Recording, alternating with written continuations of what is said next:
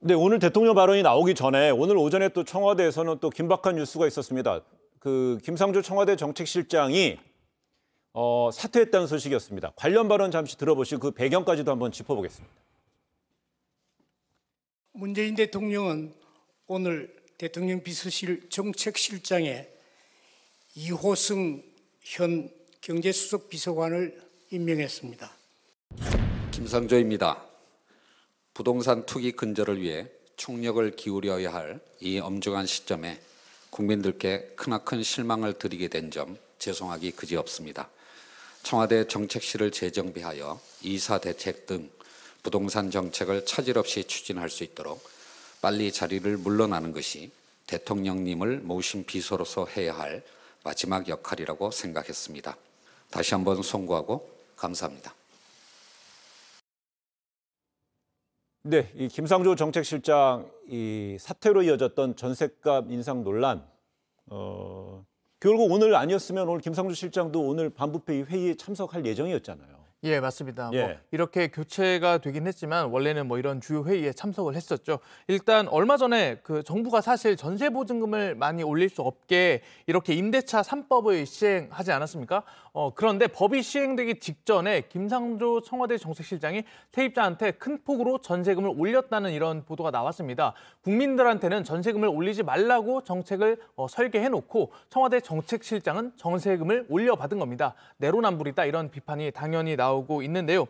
개정된 법에 따르면 전세보증금 인상폭은 5%입니다. 그런데 김상조 정책실장은 법이 시행되기 직전인 지난해 7월 29일 전세금을 14.1%나 올려받은 걸로 이렇게 나왔습니다. 김상조 실장은 현재 자신이 살고 있는 집의 전세금이 2억 이상 올랐다. 그렇기 때문에 자기도 전세금을 올려서 그 비용을 충당하려고 했다. 이렇게 언론과의 통화에서 밝혔는데요. 국민의힘이 방금 또 논평을 내놨습니다. 어떤 이야기를 했냐면 김상조 정책실장 별명이 재벌 저격수이지 않습니까? 네. 거기에 빗대서 재벌 저격수인지 알았는데 세입자 저격수 아니었나 이렇게 비판하는 성명도 나왔습니다.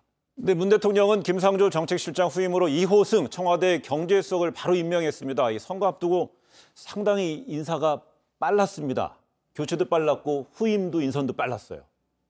그만큼 아프다는 얘기겠죠. 네. 사실은 이번에 부동산 민심 때문에 두 번의 그 문 대통령답지 않게 굉장히 빠르게 인사 조치를 했는데 그 1차는 변창흠 국토부 장관 사의를 수용한 거였습니다. 네. 물론 이제 이사 대책을 어느 정도 입법할 때까지 좀 자리에 머물러 달라라고 유보적인 입장이긴 했지만 사의를 수용했다라는 발표까지 했고요.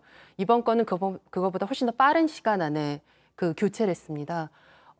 그 김상조 정책실장의 경우는 부동산 정책이 어떻게 흐르는지 청와대에서 가장 잘 아는 사람입니다. 네. 그러니까 예를 들어서 부동산을 주식에 거래하는 게 좀 그 미묘하긴 하지만 그렇더라도 일종의 내부자 거래라고 볼 수 있다는 주장도 나옵니다. 그러니까 부동산 정책이 어떻게 바뀔지 알고 본인은 법 개정 직전에 그 계약을 한 거죠. 그리고 사실은 김상조 실장한테 그 예금도 적지 않게 있습니다. 14억 정도 있는 것으로 네. 그 재산 공보에 나오는데 그렇다면 그 사인으로서라면 이해 가능합니다. 그러니까 2억 원 올려달라니까 본인이 사는 거에서 1억 2천 정도 받으면 뭐 사인으로서는 나무랄 데 없는 자세일 수 있으나 본인 공인이고 더더군다나 그 부동산 정책을 너무나도 잘 알고 있는 자리에 있는 사람이었다는 점에서 상당히 아쉬움이 있죠.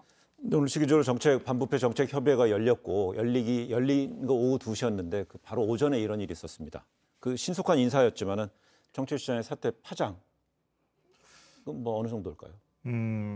국민들께는 부정적인 이미지가 훨씬 더 아주 강하게 각인될 거라고 생각합니다. 네. 대통령의 인사 조치는 상당히 빨랐다고 볼 수 있지만 일종의 이제 그동안에 문재인 정부가 가장 많이 공격받은 지점이 다른 사람을 비판하거나 아니면 뭐 예를 들면 투기 문제라든가 여러 가지 집값 문제에 있어서 투기를 해왔던 사람을 질타하면서 그것을 막겠다고 얘기했단 말이에요. 근데 그 손이 지저분하다라고 하는 얘기가 나오는 순간 그 도덕성이 무너지는 현상이 자꾸 나온다는 거죠. 김의겸 전 청와대 대변인도 역시 마찬가지였다고 생각하고요. 그런 면에서 김상조 전 정책실장과 관련되어 있는 문제는 굉장히 큰 악재가 될 수 있다. 특히 선거를 생각한다고 하면 훨씬 더 악재가 될 수 있다고 생각하고요. 뭐 인사 조치가 그나마 빨랐다고 하는 것은 더 큰 파장을 막기 위한 불가피한 조치인 것이지 어떤 이 현재에 있어서 잘한 대응이라고 하는 평가를 얻기는 굉장히 어렵다라고 생각합니다. 네. 그리고 앞서 이제 반부패 정책협의회에서 문 대통령이 발언한 부분에 대한 지적을 해주셨는데요. 그러니까 대국민 담화 형태로도 대통령이 발언할 수도 있었을 거라고 생각하지만 반부패 정책협의회가 실질적으로 반부패와 관련돼 있는 모든 기구의 수장들이 다 참석하는 회의잖아요. 그러니까 제도적인 측면이나 실질적으로 수사에 관한 문제부터 시작해서 실질적인 대통령의 지시나 권한을 행사할 수 있고 또 그걸 받으면 그걸 또 구체적으로 실행에 옮길 수 있는 각각의 기관들의 장들이 모여 있는 회의체이기 때문에 네. 대국민 그 담화 형태도 또 그것도 일견 충분히 이해는 할 수 있을 수 있지만 반부패 정책협의회에서 발언한 내용도 굉장히 큰 무게감을 갖고 있다라고 생각합니다. 네, 이렇게 대통령의 오늘 그 반부패 정책협의회에서의 그 발언 그리고 또한 그 청와대 정책실장의 신속한 교체 경질 이런 대응은 대통령의 어떤 국정수행 지지도 최근에 이제 수치가 좀 낮게 나오고 있는데 거기에도 좀 영향을 받았을 것이다라는 분석도 있네요. 예, 맞습니다. 앞으로 지켜봐야 할 텐데요. 일단은 리얼미터가 YTN 의뢰로 22일부터 26일까지 조사한 결과를 보면요. 문재인 대통령의 국정 수행 지지율은 34.4%를 기록했습니다. 국정 수행을 잘못하고 있다는 부정평가는 62.5%로 취임 이후 최고치를 다시 넘어섰습니다. 정당 지지도도 나왔는데요. 국민의힘이 39%, 민주당은 28.3%를 기록했습니다.